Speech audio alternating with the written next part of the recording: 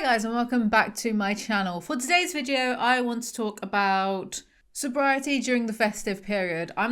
This is an ugly Christmas jumper that, I've had designed for ayclothing.tmail.com. I know I've left it like super late to even promote ugly Christmas jumpers, but maybe you could get one for next year. This one, I believe, my lips are stinging. I've got lip plumper on them. This one is the oversized one in lavender. However, it's not actually that oversized, so I would get a size up. And I hate how I look in jumpers on video. Look, I'm tall, okay? And most of your women, it's fine. My boobs got bigger, like a whole size bigger. So I hate how I look in jumpers on camera because I feel like I just look kind of top heavy. But I'm actually like 5'8". Right, so when I'm standing up, it all looks proportional. When I'm sitting down, though, it looks like bulky. I hate it, but I just need to, show off some of the merch. I've got some new designs outright on the merchandise site, and some of them are like vintage, like ledger heavy dry sweatshirt, whatever, and they're expensive, and that's because they're like made by some sort of it's expensive. Right? Go lift the veil. One of them, it's like 65 quid. Do you know how much profit I make on there? £1.86. Crazy. So it's not me, it's the prices. Like even this, I've got it at the lowest price possible, which is 50 quid. I make £4.38 on there. 33, sorry. Even less. We also have, look, little accessory kits. You can put your accessories in. I don't know how to open it. You can get little AY design accessory kits to put in, I don't know, your chargers and your lip gloss. I like these. We've got some hats. I think I'm just going to wear these for my videos from now on. We've got hats. We've got tea towels. I got some normal tea towels, and then I've got some Christmas design tea towels. And again, I left it so late to promote this stuff. We've got these Santa sack things that you can put presents in, like stockings. Very ironic. And there are bigger versions as well. So go check them out, ayclothing.tmail.com. I want to take off this jumper because I feel that I look bulky. That's better. Do you know what? I remember years ago, I have a video on my channel where I'm with my friend Kieran and we're making fun of BuzzFeed's feminism. It was a different time, all right? And I'm young in it, so for whatever reason, I'm wearing a hat and sunglasses. Pro thought it looked cool. And look, it was BuzzFeed's attempt at feminism. You know when they were doing the whole like women do manspreading for a week video.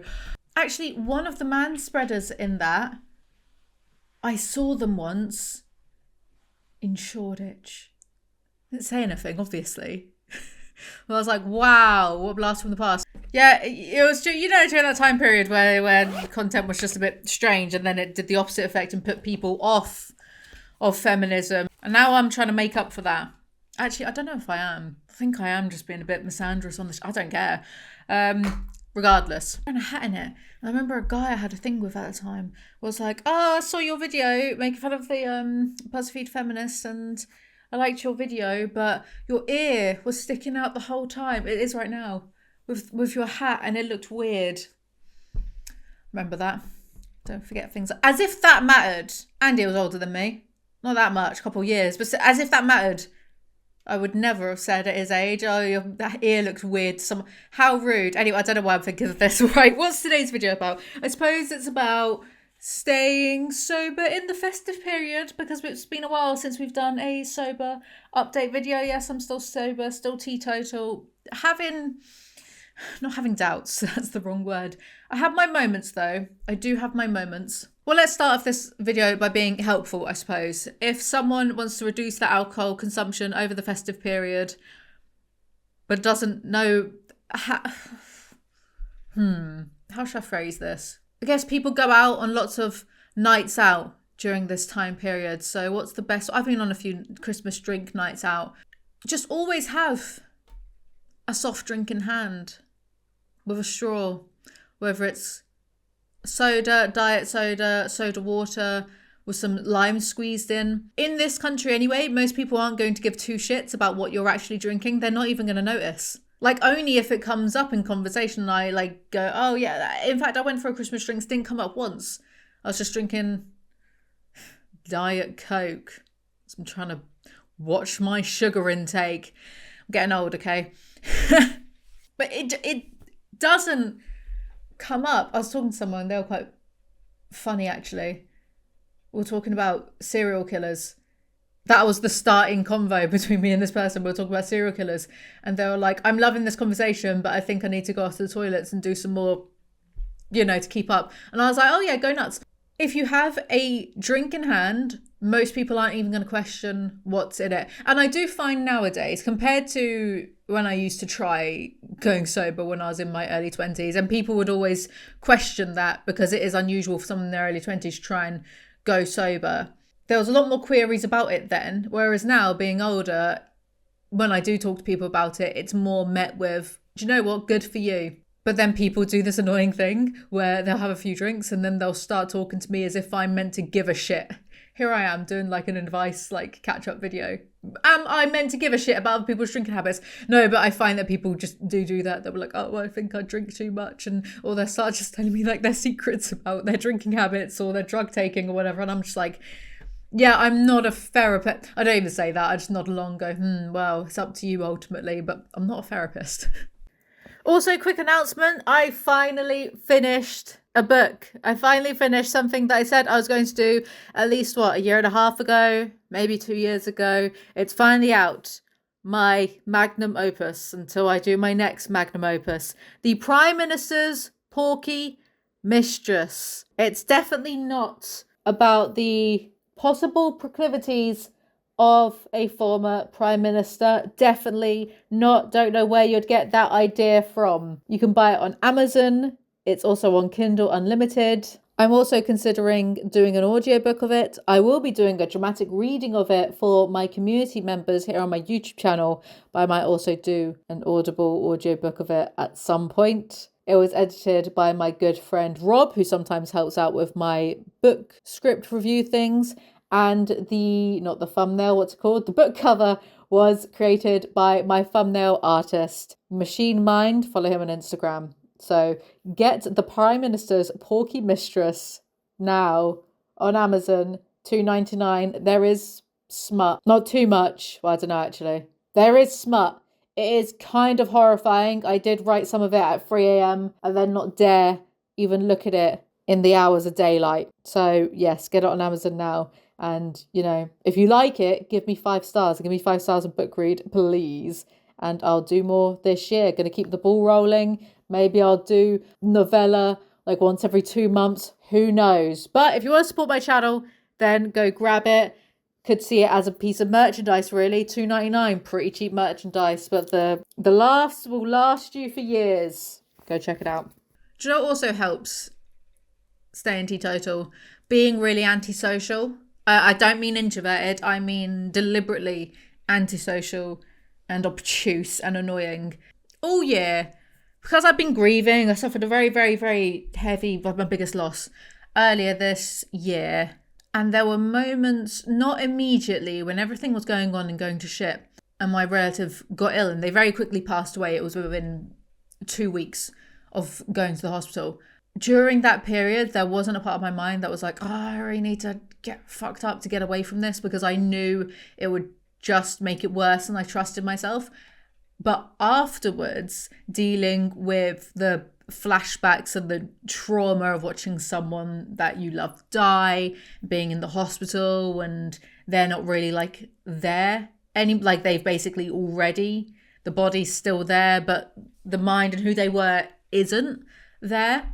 Dealing with like the flashbacks that I would get by myself at nighttime, because like I've really screwed up my sleeping pattern's already been, screwed up all my life, but it was really, really bad earlier this year. And I didn't like going to bed because I would just be thinking about the stuff. So I'd just keep myself awake until I couldn't stay awake anymore to avoid thinking about it. But then I would always be thinking about it all the time anyway. You just get better with, you should go to therapy to deal with things like PTSD. Have I? No. But those are my own issues and I'm very self-aware of them, and I trust myself I trust myself to a certain extent. Like I know I know reasonably well I'm not just, it would take, I don't know what it would take at this point for me to be like, do you know what, screw it. I'm going to go through my phone history and try and find a dealer or go to the shops and like grab some whiskey. I don't, what would it take at this point? Because the catastrophic has already happened. I think everything would have to be so catastrophic and there would have to be maybe the apocalypse.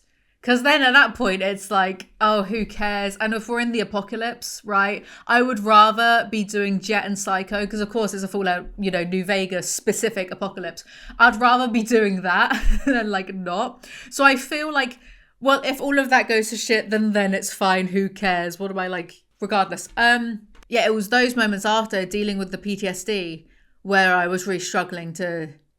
I still knew I'm not going to because it would make it worse. Like I can understand people going towards, not towards uppers or gear, because like that would do the opposite. You would then start hyperfixating on those thoughts and feelings, right? But I can understand people experiencing something traumatic and then going towards alcohol to try and blot out those feelings. But I still knew it never got to the point where I was like, I'm actually going to do it and I've got it in my hand. That was never that. It never got to that point in the first place, because I knew that realistically, if I like logically, even if I did have a few drinks, I would probably break down. And I'm not a big fan of breaking down and crying. Not keen on it. Those are my own issues as well. So, because I used to love getting pissed and having a good cry.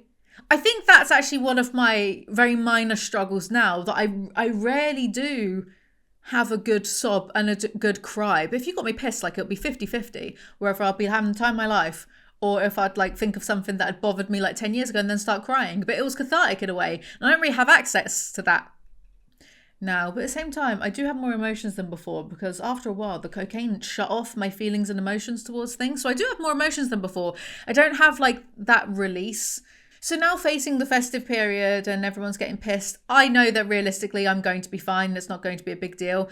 And do you know what? I've had like a few nights out in the past few months. I went through this period of being super antisocial, and I'm still trying to be actually I'm fighting it every day. I teeter between I'm going to be really antisocial and just lock myself away and be like a morose 19th century Russian novelist without doing any of the work, and forcing myself to go out because I know it's good for me and I know ultimately I enjoy it, and I do really enjoy meeting and talking to new people. So I've had like a few nights out recently where I've met a lot of interesting characters and it's been really nice. Like I went to Harrogate to this comic art event convention and met some cool people there. But at the event in the evening, boy, these nerds love to get pissed. And I found myself, I was networking with people and also just hanging out and socializing and having fun. But I found it's always easy for me to stay up late and match people's levels because I'm always staying up late anyway. But when it gets to the point in the night where people are getting messy drunk, that always serves as a nice reminder to me of, well, I'm not going to be feeling shit in the morning. I'll be feeling shit from being tired, but that's a different thing. And I don't ever have to wake up with hangover shame or the beer fear or something, which is quite nice. But also, so with the year that I've had, I've maintained all year that I really just don't want to do much for Christmas. I'm not fussed about seeing people and doing things. I really want time by myself because this is my first Christmas dealing with this and I wanted to be left alone. Is that what's going to happen? No, not really. I've had to modify my plans, which always irritates me. Everyone around me always thinks that like I just do what I want all of the time and screw what anyone else thinks. But and I recognize that it's partly true, but my perspective of that is actually I do modify and modulate my behavior or change my plans if it makes other people a little bit happier. I do concede a little bit, which then annoys me because all year I've said I want to do nothing Christmas Day, but I was saying stare at a wall and chain smoke. Of course, I was being a bit flippant and facetious. Like I wanted to just watch TV, eat junk, and play video games. That's not quite the case. Like, I am going to see, you know, some family members on Christmas Day. It's the right thing to do. And I know it sounds really counterproductive. Like, when you've lost a close family member, surely you'd want to spend more time with your other family members. But I don't know, all year I've just had this reticence towards doing things at Christmas because it's my first ever Christmas dealing with this. And I really did want to do things my way, regardless of whether it's a bit selfish or self-indulgent, or my behaviour is always quite self-indulgent.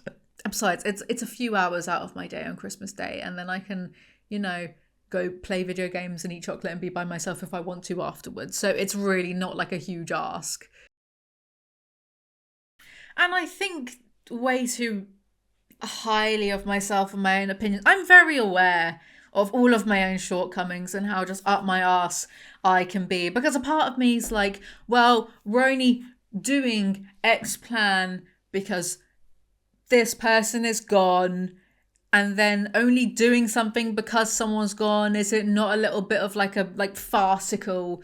That's a word I've been using a lot this year. And it's like, dude, just shut up and put the fries in the bag, like, to myself. Like, shut up and just like enjoy that.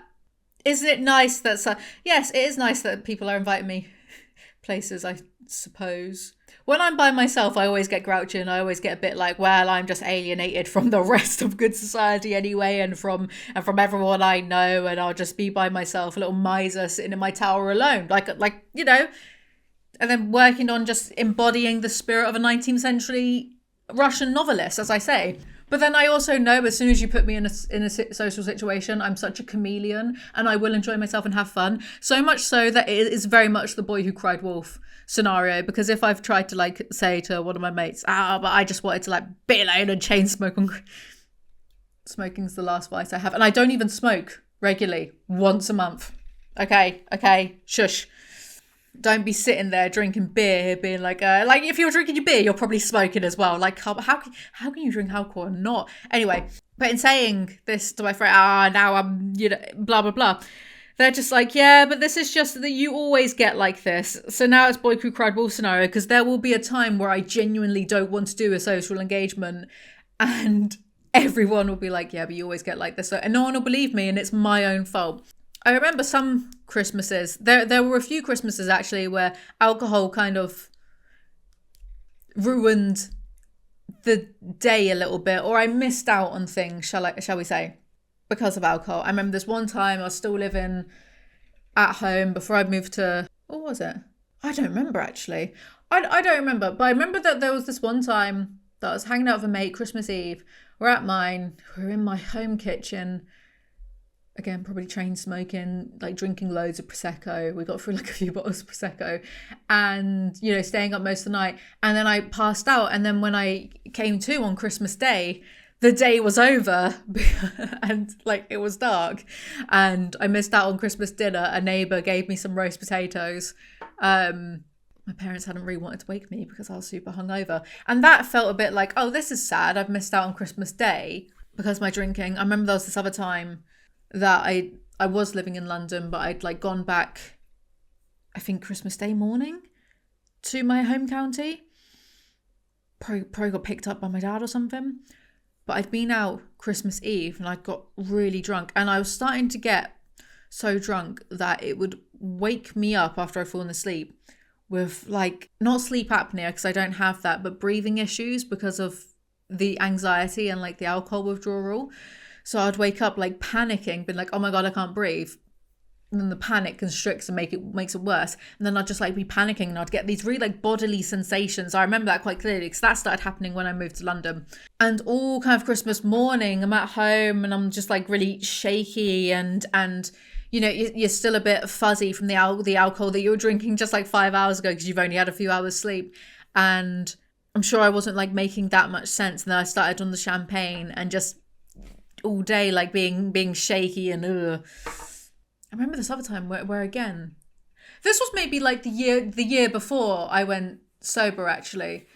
Again, getting blasted on like Christmas Eve, getting super wasted, waking up Christmas Day, continuing the drinking, so that's what you do on Christmas Day, you just drink, and then getting into an argument with a family member, like a really, really bad argument. To be fair, it was their fault. They were being out of order. But I knew when I was like yelling that like I should stop yelling because like it like the point's been made and they've apologized for whatever transgression they'd made. I remember exactly what it was about. I'm just not gonna say. Nothing to do with me. Do you know what? I shouldn't have been involved in the first place. I was on the morally right side, but I shouldn't have been involved. Just arguing but then we made like, we got over it or whatever, and then just continued to like, I was gifted like some Johnny Walker Blacks and we just drunk most of that.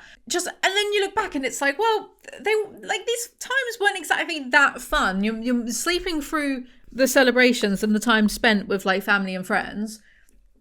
You're feeling like shit. New Year's were always too much as well because it was just always like binge drinking and then either doing MDMA or doing coke and then projectile vomiting the next day. I remember there were a few times, like a few Christmas, New Year's days or New Year's morning, like picking up more. Like imagine being a dealer, working, like having to work on New Year's. Even at the shops, they get the day off on New Year's Day. Do you know what? Dealers are really the backbone of this country. They are God's strongest warriors. I look back at these times, it's like, look, I'm not going to lie. I did have a lot of fun doing those things. But then was it worth it for like the days afterwards feeling trashy or like having to continue drinking the next day just to get through the bad anxiety or whatever? No, not really. And I've spent the last, I don't even know how long I've been sober now. 5 years? 5 years? Be 6 years next year, I think. So I've spent, is it? I don't remember. Well, I've spent the last several New Year's being sober and it's been absolutely fine. There was one nice New Year's just before the lockdowns. 2019 going into 2020 when we were like, yeah, 2020 is going to be our year. Then all that happened. I remember there was an emo night at a pub in Shoreditch or in Bethnal Green where I used to live. And me and my friend went to that and they were playing... When it was just about to strike midnight, they played Welcome to the Black Parade. And that was great. I was totally sober for that. And it was so fun. So I guess what I'm trying to say is staying sober through events and holidays is easier on yourself when you're surrounded by people who aren't going to try and get you to drink. Firstly, cut those, like if you are sober or new to sobriety or whatever, cut those people off. If they go, oh, go on, have one. You used to be so much more fun. You didn't used to be more fun. You probably used to be like more cringe, like how those types of, because I'm fine with most people drinking. Actually, I'm not. Decreases the grey matter in your brain. I was going to say makes you dumber, but I'm the one who can't even, speak proper, form proper words with my tongue. So who am I to talk? It is a neurotoxin ultimately. Like if you're not drink consumption, but maybe like you drink once a week and you binge drink and then you feel bad about it for a few days afterwards because you're embarrassing. Like if it's at that point where you feel like you need to stop or you have stopped during the early stages, I think just remember that. And is this toxic to say shame yourself a little? I do feel a little bit of shame when I get drunk flashbacks to the stuff that I used to get up to, which really, it was never anything too crazy. The behaviours, I mean. The drug taking was too crazy and it was just too stupid. It's not like I was getting drunk on national TV and embarrassing myself or something. Yeah, staying sober through celebrations, I'm used to it now. So it's easy, it's old hat. And if I ever feel... I never actually feel tempted when I'm out to have a few drinks. I'm usually just thinking, oh, should I go nick a cigarette from someone? Rather than, oh, I need a drink. Like, I never feel that anymore. I enjoy myself. I go home at a reasonable hour. I make the right judgment calls as well. There was a moment recently, I won't get into it because it's private basically. But when I'm with my friends, I'll make the right judgment calls and I'll make sure that they're okay. In fact, this happened, the situations are different, but like similar enough. Like this happened a few times recently where if I'm with people who are drinking, I'll make sure they're okay and I might make the judgment call for them of like, nah, don't, you should just go home kind of thing. And then make sure they get home. And then if something goes a bit wrong, because it happens sometimes things go wrong. I'm being so vague, but please stay with me. I'm sober so I can assess a situation and work things out if that makes sense. Like if it seems that someone's going to be in trouble. I'm sober, so I can deal with it head on. Whereas, which I know I don't need to be, well, what am I saying? When you're friends with people, like, you are, it's not that you should be responsible for them, but you want to be responsible because they're your friends and you don't want to see anyone come to harm, right? But I'm like in a good headspace to deal with any problems that might arise because I'm sober. I can make sure people get in the right Ubers to go home, or I can make sure that they're okay and safe, or whatever it is. And these things do happen because we live in a society.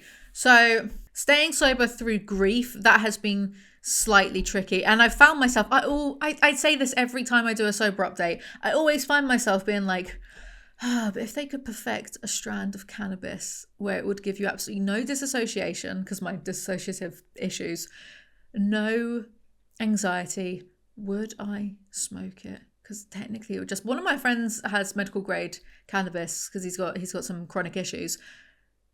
He smokes it, and sometimes I'm just like, wouldn't it be nice? Because I do get a bit annoyed sometimes that I never get to just like cut loose and relax. I get to relax, but I never get to just like cut loose and I guess but I am silly. You know, that specific type of when people are drunk and they're just being silly and they don't care and they're being outrageous, and you can't really fully commit to that when you're sober, and you don't really want to. But because of that, sometimes I feel like I don't ever get to have just those outbursts of just pure, irresponsible, but valid emotions. I never get to just release. I do things that, relax me, like I'll go for a massage or a facial when I can afford it, but I can never just like go to a pub, get really pissed and just let loose and not care about the consequences. But then, maybe that comes with like getting older anyway, that like you should, but no, that's not true, because I knew people in their 40s who were, but then that's a bit sad, isn't it? People in their 40s acting like that, just getting pissed every 2 days and doing coke and whatever. It's a bit, I know I'm on the right track, but sometimes it is a bit, so then I find that it helps if I throw myself into creative pursuits, the types that I know I would not do if I was still drinking. Because when I was drinking, I barely, I know it's rich. Look, I've been grieving this year, all right? So my uplift schedule has been very patchier than usual. But when I used to, not be sober, I wouldn't really do YouTube, or it'd be a once in a while thing, because I just wouldn't have the energy, because I'd be getting a few hours sleep, going to a normal 9 to 6 job, getting home, being tired, going to sleep the next night, like going for a night out or whatever. So I never got to do this kind of stuff. I wasn't as like up to date with my reading or anything like that. So I have to remind myself that I wouldn't be where I am or doing the things that I can. Do you know what I need? I don't have the money for. I need a holiday. That's my plan for 2025. I need to get over my fear of flying and just fly around everywhere if I have the money, and get out there and experience things. Because lots of people go on holiday, but then if they're a drinker, they'll just have a bit of like a drinking holiday and then go home. I have to remind myself that would probably be me if I'd still be drinking. I'd probably get arrested in another country if I was still drinking or drugging. So anyway, I suppose, what was the point of this video? I think I just wanted to talk because I love the sound of my own voice. I also remind myself that I don't consider myself a nice person at all in the slightest. I don't consider myself a good person either. I don't trust people. Have I said this before in a video? I don't trust people who go like, I'm a good person. Like, how can you objectively quantify that yourself? Like, how? I don't think you can. Is it even your call to make if you're a quote unquote good person? And also, what actions are you taking every day? Because it's always, you know what? It's always like the horrible influencers who get called out for being horrible that try and like gaslight us.